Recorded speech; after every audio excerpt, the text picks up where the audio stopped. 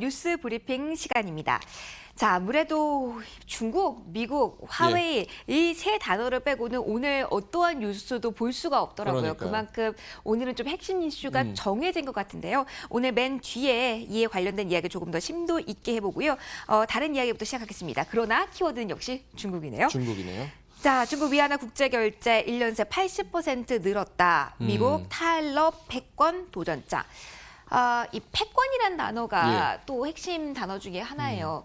경쟁 관계에 있는 두 국가, 패권을 그러니까요. 가지고 있는 자, 패권을 뺏어올 자, 이 사이의 팽팽한 긴장감이 외환 시장에도 그대로 나타나고 있는 것 같습니다. 미국의 가장 큰 무기라고 하면 기축통화로 볼 수 있잖아요. 네. 그 기축통화를 뭐 중국이 당연히 알고 있어서 이걸 뺏어오려고 위안화를 적극 전 세계적으로 밀고 있고 1대1로 그리고 다른 마이너 국가들과의 이제 협업을 통해서 위안화를 밀고 있는데 사실 좀 도전을 일찍 당했죠. 미국한테. 뭐 일부 시각에서는 이미 늦었다. 이 무역 전쟁에 대해서 이런 얘기도 있지만 좀 이 외환 시장에서 위안화의 그런 사용으로 봐서는 좀 도전을 일찍 당했다고 볼 수 있어요.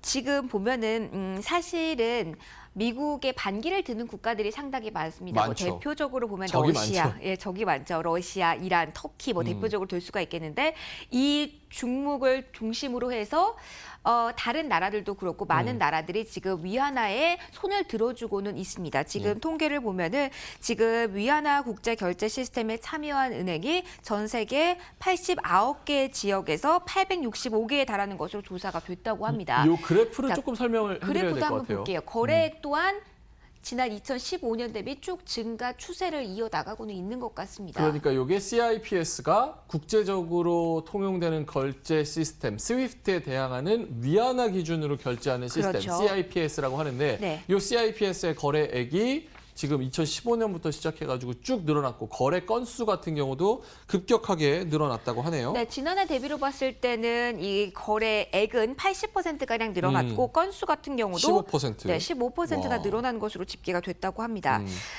그런데 달러 패권의 도전장 이 정도면 충분하다라고 보세요? 이런 뉴스가 나오면서 네. 반발하는 그런 댓글들과 의견들이 굉장히 많더라고요. 이게 수치적으로 이런데 이게 원래 작았던 거니까 퍼센티지로 뭐 100%, 200% 이러면 크게 늘어난 것 같지만 사실은 원래 작았기 때문에 퍼센티지로 늘어나는 게 통계의 오류다, 통계의 착시 현상이다 이런 얘기가 많이 나오고 있고 아직은 이제 위안화가 전 세계에서 통용되는 그 비율이 1.8%, 1.9%밖에 안 되기 때문에 달러에 대항하기에는 너무나도 현저하게 부족하다. 맞아요. 라는 얘기예요. 그런 지적들이 지금 상당히 많이 나오고 있고 중국은 환율이나 뭐 자본의 이동에 대한 규제가 상당히 예. 많습니다. 그리고 금융 시스템 측면에서 미국과 비교했을 때 상당히 낙후된 측면이 아직까지 많고 그리고 개방되지 않은 측면이 상당히 많기 때문에 이에 따른 지적이 상당히 많습니다. 그러니까 걸림돌이 국제화가 되기에는 너무 많다라는 그렇죠. 건데요. 자, 그리고 지금 최근에 무역 전쟁으로 인해서 위안화의 흔들림이 많이 나타나고 있다는 예, 점도 예. 우려를 사고 있는 것 같습니다. 지금 보면은 위안화 환율이 최근 급등해서 심리적 경계성인 달러당 7위안 돌파를 예. 좀 목전에 두고 있으니까 계속해서 이렇게 기축 통화에 흔들린다면 패권 도전을 할 수 있을까라는 의구심이 들 수밖에 그런 없을 것 생각이 같아요. 들어요. 비트코인이 왜 결국 통용되는 통화로 자리 잡지 못했는가라 네. 생각을 해보면은 첫 번째로는 중앙은행 컨트롤할 수 있는 중앙은행이 없고 두 번째 변동폭이 너무 크고 세 번째 불안정하고 요 세 가지인데 위안화도 정치적 시스템을 보면 과연 위안화를 믿고 쓸 수 있는가 달러처럼 이라고 생각해 보면은 의구심이 들죠. 그런데 이제 뭐 이 사이클을 보면은 이제 달러의 시대가 저무는 그 시기가 이제는 너무 지났기 때문에 새로운 통화가 고개를 들 시점이 맞다라는 분석도 나오고는 있거든요. 하지만 달러화 같은 경우는 좀 다른 것 같아요. 다른 통화에 대비해 이 사이클이 너무 긴 거는 같아요. 근데 지금 이 시스템이 너무 굳어졌기 때문에 드라마틱한 변화가 단기간에 나타나긴 힘들지 않을까. 1대1로를 구축하면서 위안화의 결제 비중을 늘린다고 하더라도 이게 시간이 걸릴 것이고 미국에 대항한다고 하면은 네. 조금 더 강력한 무기가 필요하지 않을까라는 생각이 들기는 합니다. 그럼 뭐 말씀하셨다시피 그냥 간단하게 뭐 러시아, 터키, 이란 그리고 아프리카 쪽, 뭐 중국의 아프리카에 투자를 많이 하고 있으니까 남아프리카 공화국 이런 쪽에서 위안화가 많이 쓰이고 있고 많이 늘었다 정도까지만 아시면 되지 않을까. 아직 뭐 달러 기축 통화에 뭐 대항한다, 도전한다 이거는 좀 약간 어불성설이 아닌가 약간 그런 싶은 뉴스네요. 이런 기사들이 많이 나오는 것 자체가 미국과 트럼프 행정부를 더욱더 좀 거슬리게 만드는 것 같기도 해요.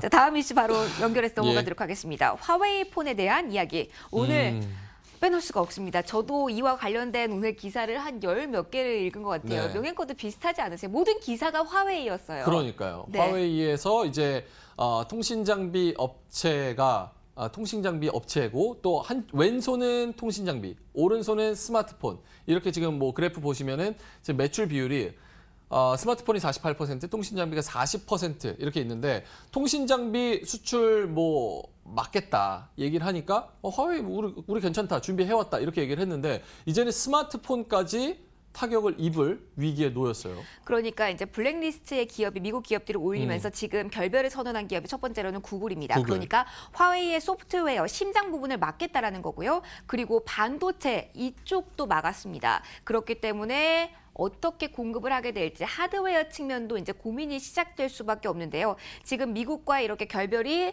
현실화된다라고 하면 화웨이 폰은 껍데기 폰, 벽돌 폰이 될 수밖에 없다라는 우려까지 지금 나오고 있습니다. 구글이 이제 같이 거래 중단 선언을 하면서 소프트웨어도 못 쓰게 하겠다. 그러니까 구글 지메일, 네. 유튜브, 뭐 구글 맵 이런 거 다 못 쓰게 하겠다. 근데 이렇게 생각할 수 있어요. 중국은 어차피 여기 나오고 있죠. 이렇네요.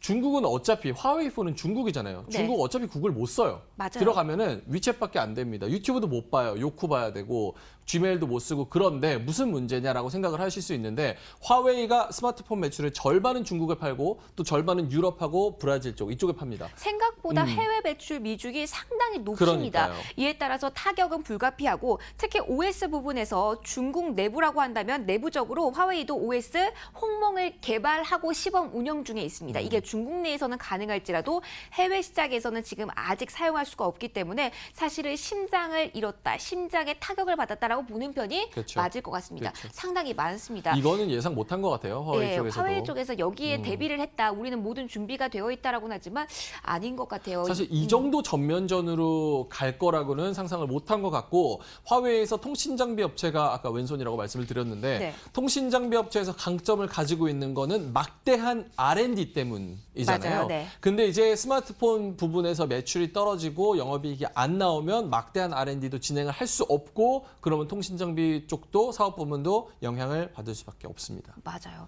근데 이제 우려가 되는 것은 아무래도 이제 국가의 지원을 받긴 하지만 예전에 ZTE라는 통신장비 네. 2위 업체 아시죠?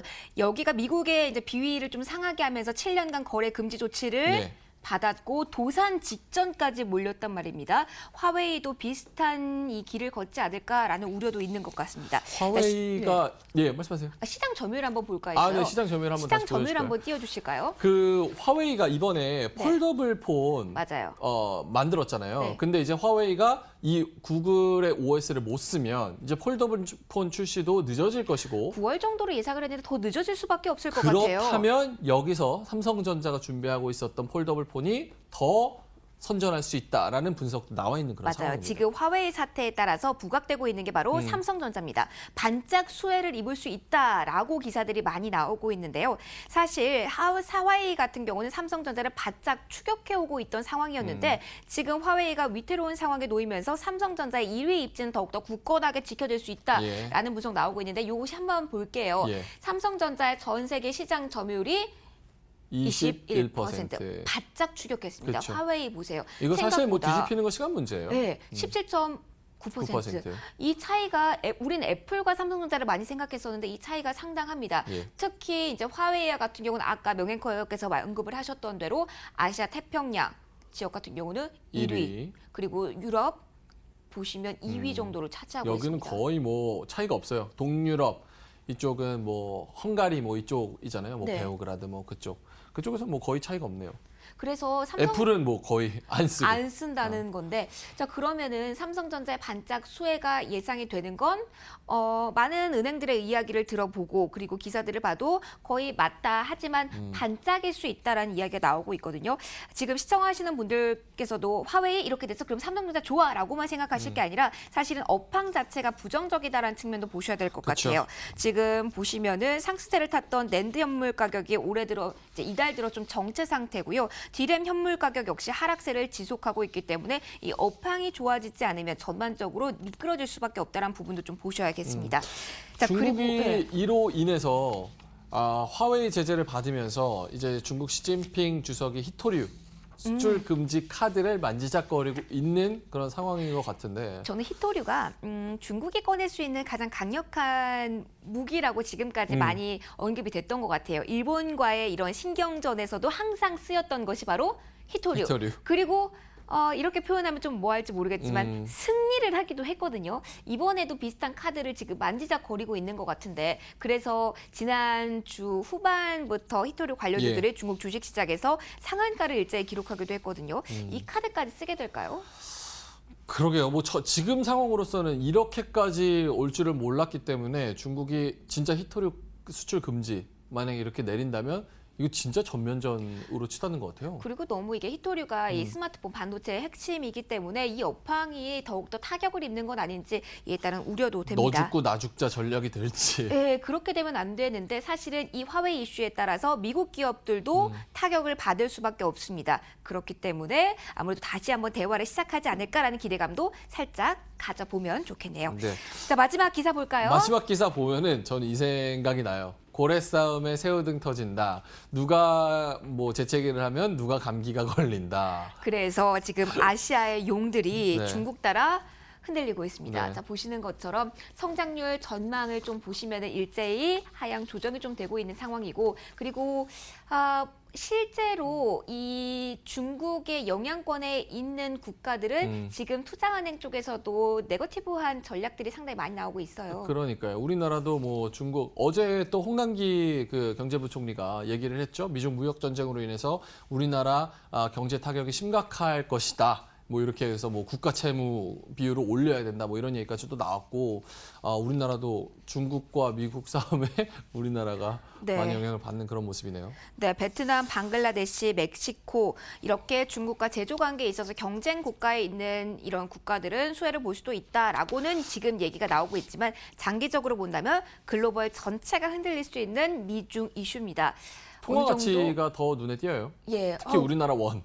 그러니까요. 이게 왜 우리가 가장 큰 타격을 받는지 너무 속상한데 이 추세가 당분간 이어질 것이다라는 분석도 상당히 많이 나오고 있죠. 그러니까요. 계속해서 이런 원화 약세 추세는 계속 이어질 것이고 달러 강세 추세도 계속 이어질 것이다. 그렇기 때문에 미중 무역 갈등이 어떻게 해소되는지 다른 나라 일이 아니라는 점 우리에게 민감하게 작용돼 이 이슈 꼼꼼하게 팔로우업 해보셔야겠습니다. 근데 뭐 우리나라 수출 원화가 약세면 수출에는 그래도 지표상으로는 좋지 않나요? 그렇지만 수요 감소라는 카드를 또 우리가 봐야 되니까요. 다양한 측면에서 어떠한 이슈가 나올지 볼 수밖에 없는 상황인 것 같습니다. 네. 자, 오늘 화웨이에 대한 이야기 궁금하셨을 때 이 이슈 점검해 드렸고요. 통화 가치에 대한 이야기도 쭉 해봤습니다. 오늘 글로벌 뉴스 브리핑 여기서 마무리 지을게요.